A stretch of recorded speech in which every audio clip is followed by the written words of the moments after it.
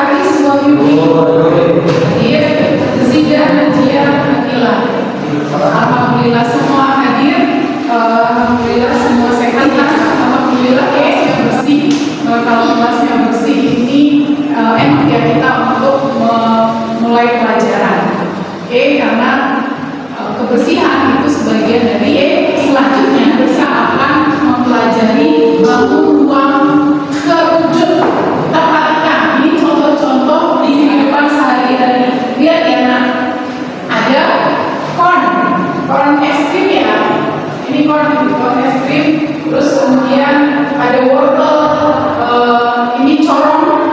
Ini semua adalah contoh-contoh kerucut, bangun kerucut di kehidupan kita sehari-hari. Sangat sering kita temui ya.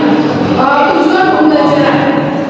Jadi pada hari ini kita akan apa aja yang kita akan pelajari, ada 3 aspek. Pertama adalah kita mengidentifikasi unsur-unsur kerucut. Apa saja unsur-unsur pembentuk kerucut tersebut. Kemudian membahas tentang luas permukaan selimutnya, kemudian volume kerucut. Setelah itu menggunakan rumusnya untuk menyelesaikan pada soal gambar ya.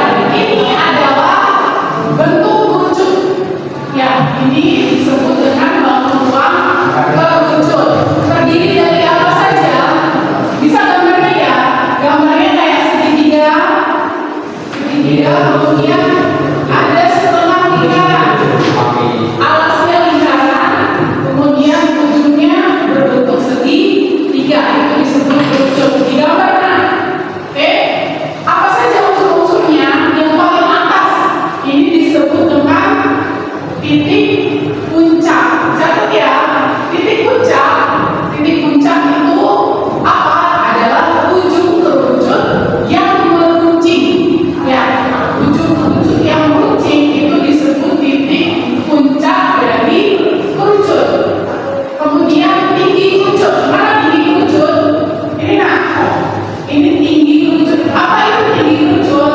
Ialah garis lurus yang menghubungkan titik puncak, ya ini titik puncaknya, dengan titik pusat lingkaran alas kerucut. Alas kerucut itu bentuknya lingkaran. Nah, titik pusat di tengahnya dan titik puncak itu kalau dihubungkan itu membentuk tinggi kerucut. Kemudian selimut kerucut. Yang mana selimut kerucut ini? Ya, seluruh permukaan kerucut itu disebut selimut kerucut. Dia ini loh gambar selimut kerucut kan. Perhatikan. Ngomong apa? Nanti kalau urusan yang kemudian nanti bahasnya ya. Kemudian selimut kerucut membentuk, ini selimut kerucut membentuk kombinasi antara segitiga dan setengah lingkaran. Ini disebut setengah lingkaran, ini segitiga. Itu disebut dengan selimut kerucut. Ada garis pelukis. Mana garis pelukis? Ini loh garis ya, ini garis pelukis. Kemudian ada diameter alas. Ini diameter itu dari ujung lingkaran satu ke ujung melewati titik itu diameter alas. Bentuknya alas kerucut, bentuknya lingkaran. Jari-jari itu setengah dari diameter. Jari-jari dilambangkan L, garis pelukis dilambangkan S. Pertanyaan bicara unsur kerucut. Apa saja tadi? Titik puncak, kemudian garis pelukis ini ada tingginya, kemudian diameter dan jari-jari. Yang penting itu L, S, T itu 3 komponen itu yang menyusun nanti kalian untuk cari luas selimut, luas permukaan, seluruh kerucut dan volume itu tergantung dari 3 komponen tersebut. Garis